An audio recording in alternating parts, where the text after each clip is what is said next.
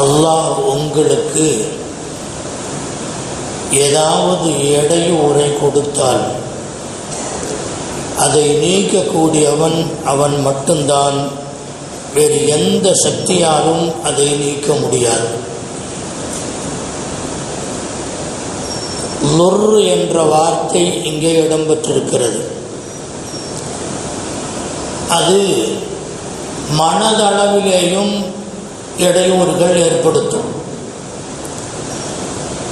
மனதளவில் என்று சொன்னால் அறியாமை, ஆத்திரப்படுவது, அவசர புத்திக்கு ஆளாகி ஏதாவது விபரீதங்களை செய்து விடுவது, இதுவெல்லாம் அவனுடைய நஃப்ஸில் ஏற்படக்கூடிய இடையூறுகள். இதுபோன்ற இடையூறுகள் ஏற்பட்டாலும் அதை நீக்கக்கூடியவன் அல்லாஹ் ஒருவன் மட்டும்தான். உடலிலே ஏதாவது இடையூறுகள், கஷ்டங்கள் ஏற்படுமையானால் உங்களுடைய உடலிலே ஏதாவது சிரமங்கள் ஏற்பட்டு நோய் நொடிகள் அண்டி ஏதாவது நீக்க முடியாத ஒரு சூழ்நிலை ஏற்படுமையானால் அதை நீக்கக்கூடியவன் அல்லாஹ் மட்டும்தான், வேறு எதுவுமே இல்லை. அப்படியானால் ஒரு மனிதனுடைய உடலிலே நோய் தொற்றிவிட்டது, அதை அல்லாஹுதான் நீக்குவான் என்பதற்கு பொருள் என்ன என்றால், நீங்கள் மருந்து மாத்திரைகளை எடுத்துக்கொள்ள வேண்டும். மருத்துவருடைய ஆலோசனைப்படி நீங்கள் நடந்து கொள்ள வேண்டும். ஆனால் அந்த மருந்து வேலை செய்ய வேண்டுமானால் அல்லாஹ் வேண்டும். மாத்திரைகளோ மருந்துகளோ நமக்கு நோய் நிவாரணி அல்ல. அந்த நோய்க்கு நிவாரணமாக ஆகுவது அல்லாஹ்வுடைய உத்தரவை கொண்டு மட்டும்தான். எனவேதான் டாக்டர் நமக்கு ஷிஃபாவை கொடுப்பதில்லை, அல்லாஹுதான் இந்த டாக்டர் மூலம் ஷிஃபாவை தருகிறார். இதுதான் ஒரு முஸ்லிம் கொள்கையாக கொள்ள வேண்டிய ஒன்று.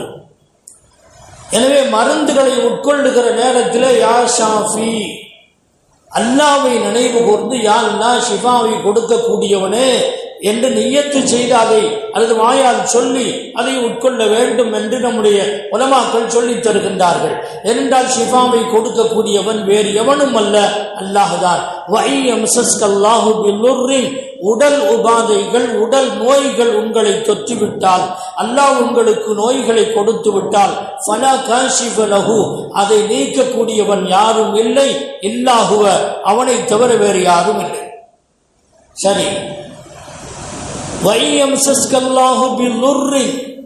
இந்த லுர்ரின் என்ற வார்த்தை இருக்கிறதே, குறிப்பிட்ட ஒன்றை கொடுக்காது. அது பொதுவான ஒரு வார்த்தை. எந்த இடையூறாக இருந்தாலும் சரி, எந்த நஷ்டமாக இருந்தாலும் சரி, எந்த பாதிப்பாக இருந்தாலும் சரி என்ற ஒரு வார்த்தை இங்கே, இந்த கருத்து இங்கே உள்ளடங்கி இருக்கிறது.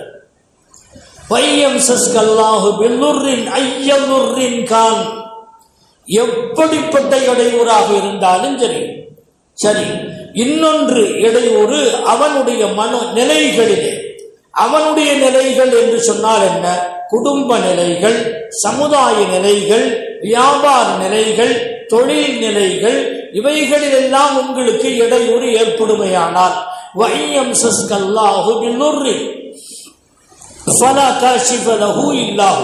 இதனுடைய பொருள் என்ன? ஒருத்தனுக்கு நிறைய மக்கள் இருக்கிறாங்க, ஆனா காசு பணம் கம்மியா இருக்குது.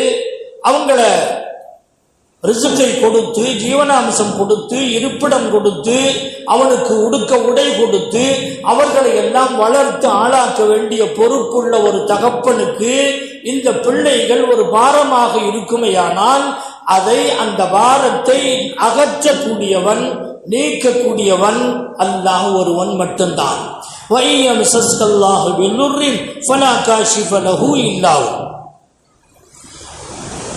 பொருளாதார ரீதியில் அவன் பாதிக்கப்பட்டிருக்கிறான், இதற்கு லுர் என்று பெயர். அதிகமான மக்கள் இருக்கிறார்கள், அவர்களை ஒழுங்கான முறையிலே அவர்களுக்கு உணவு கொடுத்து அவர்களை பரிபாலிப்பதற்கு இவரிடத்தில் வசதி இல்லை என்று சொன்னால் அதற்கும் இந்த லுர் என்ற வார்த்தை வருகிறது. அப்ப ஆயத்திற்கு அர்த்தம் வைக்கும் போது மனோநிலை என்பதிலே அவனுக்கு இடையூறு ஏற்படுமையானால், உடல் நிலையில் அவனுக்கு நெருக்கடிகள் ஏற்படுமையானால், நோய்கள் அண்டுமையானால், அவனுடைய சூழ்நிலைகளில் இடையூறுகள் ஏற்படுமையானால் அதை நீக்கக்கூடிய சக்தி இந்த உலகத்தில் அல்லாஹ் ஒருவருக்கு மட்டும்தான். வேறு யாராலும் அதை நீக்க முடியாது. நன்மைகள், லாபங்கள், அனுகூலமான விஷயங்கள் இவைகளை கொண்டு அல்லாஹ் உங்களை தொட்டுவிட்டால், அதாவது உங்களுக்கு லாபத்தை கொடுத்தால், உங்களுக்கு சந்தோஷமான சூழ்நிலைகளை கொடுத்தால், செழிப்பான வாழ்க்கையை கொடுத்தால், இதற்கு வேறொரு ஆயத்து இப்படி சொல்லுகிறது, அவனுடைய கிருபையை தட்டக்கூடியது எதுவுமே கிடையாது. இதே கருத்தை வேறொரு ஆயத்திலே அல்லாஹ் சொல்லுகிற போது,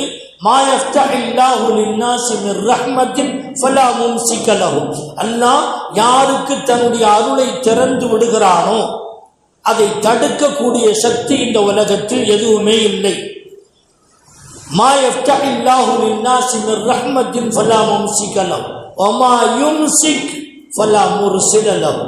எதையாவது ஒன்றை அல்லாஹ் தடுத்து விட்டான், முடக்கி விட்டான் என்றால் ஃபலா முர்சில லஹு, அதை விடுவிக்கக்கூடிய சக்தி இந்த உலகத்தில் வேறு எதுவுமே இல்லை என்று குர்ஆனிலே வேறொரு இடத்திலே அல்லாஹ் சொல்லுகிறான். எனவே நமக்கு நன்மை தீமைகள் அல்லாஹ்வுடைய புறத்தில் உள்ளது, லாப நஷ்டங்கள் அல்லாஹ்வுடைய புறத்தில் உள்ளது, மௌத் ஹயாத்து அல்லாஹ்வுடைய புறத்தில் உள்ளது, நோய்களும் நோய்களுக்கான நிவாரணமும் அல்லாஹ்வுடைய புறத்தில் உள்ளது, நெருக்கடிகளும் விசாலமான நிலைகளும் அல்லாஹ்வுடைய புறத்தில் உள்ளது, சந்தோஷமும் இன்பமும் துன்பமும் அல்லாஹ்வுடைய புறத்தில் உள்ளது, குழந்தை பேறு கிடைப்பதும் கிடைக்காமல் இருப்பதும் அல்லாஹ்வுடைய புறத்தில் உள்ளது. எனவே எந்த நன்மையாக இருந்தாலும் அதற்கு காரணம், எந்த காரணமாக இருந்தாலும் கடைசி கோடியிலே அல்லாஹ் ஒரு காரணியாக நிற்கிறான். அவன்தான் அதை கொடுக்க முடியும். பரீட்சையிலே பாஸ் ஆக வேண்டும், அதற்கும் அவனுடைய உதவி தேவை. வியாபாரத்திலே லாபம் கிடைக்க வேண்டும், அவனுடைய உதவி தேவை. எல்லா சொத்து சுகங்களும் இருக்கிறது, ஆனால் மன நிம்மதி இல்லை என்றால் அந்த மன நிம்மதியை கொடுப்பது அவன்தான். காசு மனங்களை கொண்டு நாம் உயர்தரமான மாளிகைகளை கட்டலாம், ஆனால் நிம்மதியை பெற முடியாது. அழகான பஞ்சனையிலே படுத்துறங்கலாம், பலாயிரக்கணக்கான ரூபாய்களை போட்டு பஞ்சனையை வாங்கலாம், தூக்கத்தை கொடுப்பவன் அல்லாஹ் மட்டும்தான். பல ஆயிரம் ரூபாய்க்கு கண்ணாடி வாங்கலாம், ஆனால் பார்வையை கொடுக்கின்றவன் அல்லாஹ் ஒருவன் தான். இப்படி அல்லாஹ்வுடைய உதவி இல்லாமல் எதுவுமே நமக்கு கிடைக்காது. எனவே நமக்கு நன்மை தீமைகளை கொடுக்கின்றவன் அல்லாஹுதான் என்கிற வலுவான சிந்தனை நமக்கு இருக்க வேண்டும் என்பதை ஒரு நம்முடைய சித்தாந்தத்திற்கு தக்க ஒரு ஆயத்தை அல்லாஹ் ஜல்ல ஷானஹு தஆலா இந்த இடத்திலேயும் சொல்லி இருக்கிறான். சூரத்து யூனுஸிலேயும் அல்லாஹ் சொல்லுகிறான், வஇயம்ஸஸ்கல்லாஹு பில்லுர்ரின் ஃபலா காஷிஃப லஹு இல்லாஹு வஇயம்ஸஸ்க பிகைரின் ஃபலா ராத்த லிஃபத்லிஹி யுஸீபு பிஹி மய்யஷாஉ மின் இபாதிஹி. அந்த நன்மைகளை, லாபங்களை, அனுகூலங்களை யாருக்கு ரஹ்மத்து செய்ய வேண்டும் என்று அல்லாஹ் நாடுகிறானோ அவர்களுக்கு மட்டும்தான் தருவான். எனவே இடையூறுகளுக்கு துஆ செய்ய வேண்டியது அல்லாஹ்விடத்தில். அல்லாஹ் எதுக்கு தேவை? நம்ம வாட்டுக்கு மருந்து சாப்பிடுவோம், டாக்டர் இருக்கான்ல அவன் சரி பண்ணிடுவான் என்று நினைப்பது இருக்கிறது, ஒரு முஸ்லிமுடைய ஈமானுக்கு உகந்தது அல்ல. அல்லாஹ்விடத்தில் கேட்க வேண்டும். அய்யூப் அலைஹிஸ்ஸலாத்து வஸ்ஸலாம் அவர்களுக்கு ஒரு இடையூறு ஏற்பட்டது. உடலெல்லாம் புண்ணுன்னு சொன்னா கொதவதன்று உடலெல்லாம் புண்ணாகி அது புழுக்கள் அண்டி 18 வருடங்கள் அவஸ்தைப்பட்டார்கள். பெற்ற மக்கள் எல்லாம் போய்விட்டார்கள், அவருடைய சொத்து சுகங்கள் எல்லாம் அழிந்து போய்விட்டன. ஒண்டி கட்டையாக வேறு யாரும் இல்லாமல் இருக்கிற போது அவருடைய 2 சகோதரர்கள் இருந்தார்கள், அவர்களும் போய்விட்டார்கள். கடைசி வரை கூட நின்றது அவர்களுடைய மனைவி மட்டும்தான், ரஹ்மா. அவர்கள் தான் கூட இருந்தார்கள், யாரும் இல்லை. எல்லாம் குப்பை தொட்டியில தூக்கி போட்டு எல்லாரும் ஓடி போற நேரத்தில் ஒரு மனைவி கூடவே இருந்து எல்லா கஷ்டங்களையும் சகித்து இருக்கிற சொத்து சுகங்களை எல்லாம் விற்று ஒன்றும் இல்லை. கடைசியா சரி என்னதான் இருக்குது, எல்லாத்தையும் விற்றதுக்கு பின்னால துணிகளை கூட போட்டிருக்கிற துணியை விற்கிற மாதிரி ஒரு சூழ்நிலை ஏற்படுகிறது. கடைசியாக அவருடைய சவுரி முடியை கூட விற்றுட்டாங்க. சவுடி முடினா முடியினுடைய பிற்பகுதியிலே ஒரு கொஞ்சம் முடி இருந்தது, அதை விலைக்கு விற்கலாம் என்று சொல்லி அதை விற்று அதன் மூலமாக அவருடைய வாழ்க்கையை நடத்தி இருக்கிறார். இந்த அளவுக்கு உச்சகட்ட கஷ்டத்திற்கு போனதற்கு பிறகு அல்லாஹ்விடத்திலே கையேந்துகிறார்கள். இதுவரை என்ன அல்லாஹ்விடத்தில் துஆ செய்யுங்களே என்று சொல்லும் போது, அல்லாஹ்தான் என்னை படைத்தவன், பரிபாலிக்கின்றவன் அவன்தான், எனக்கு ஷிஃபாவை கொடுக்கின்றவன் அவன்தான், அவனுக்கு தெரியாதா என்று சொல்லிக்கொண்டே இருந்தார்கள். சகித்தார்கள் சகித்தார்கள் சகித்தார்கள். உடலுடைய எல்லா பாகங்களுமே பழுதடைந்து வேலைக்கு ஆகாம நாற்றம் எடுத்து போகும் நிலையில் ஆளாகும் போது கையெடுத்து துஆ செய்தார்கள், யா அல்லாஹ், உடல் முழுவதும் நாசமானாலும் சரி, உன்னை நினைப்பதற்கு ஒரு கல்பு தேவை, உன்னை தியானம் செய்வதற்கு ஒரு நாவு தேவை. இந்த நாவையும் கல்பையும் விட்டு விட்டு நீ என்ன வேண்டுமானாலும் செய் என்று துஆ செய்தார்கள். அல்லாஹ் கபூல் செய்தான். திக்ர் செய்து கொண்டிருந்தார்கள். அதற்கு கல்பு இருந்தது, நாவு இருந்தது. இந்த ரெண்டை தவிர எல்லாமே பழுதடைந்து விட்டது.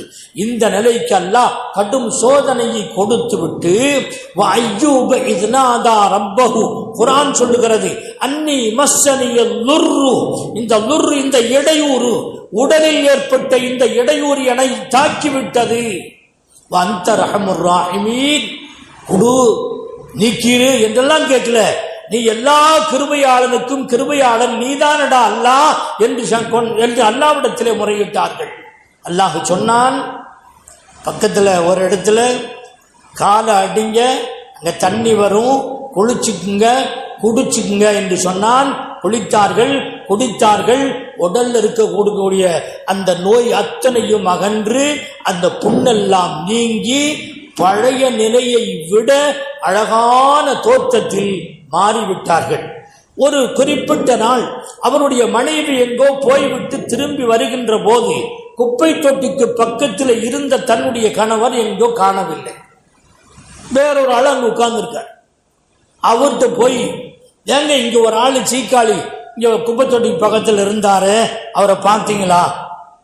யாரு, என்ன வேணும், எதுக்கு வந்தீங்க என்னன்னு கேட்கும் போது, இந்த மாதிரி அவரு தான் நான் மனைவி, அவரை தேடித்தான் வந்திருக்கிறேன் என்று சொல்லும் போது, அப்போது அய்யூப் அலைஹிஸ்ஸலாத்து வஸ்ஸலாம் அவர்கள் சொல்லுகின்றார்கள், நான் தான் அந்த அய்யூப் என்று சொன்னார்கள்.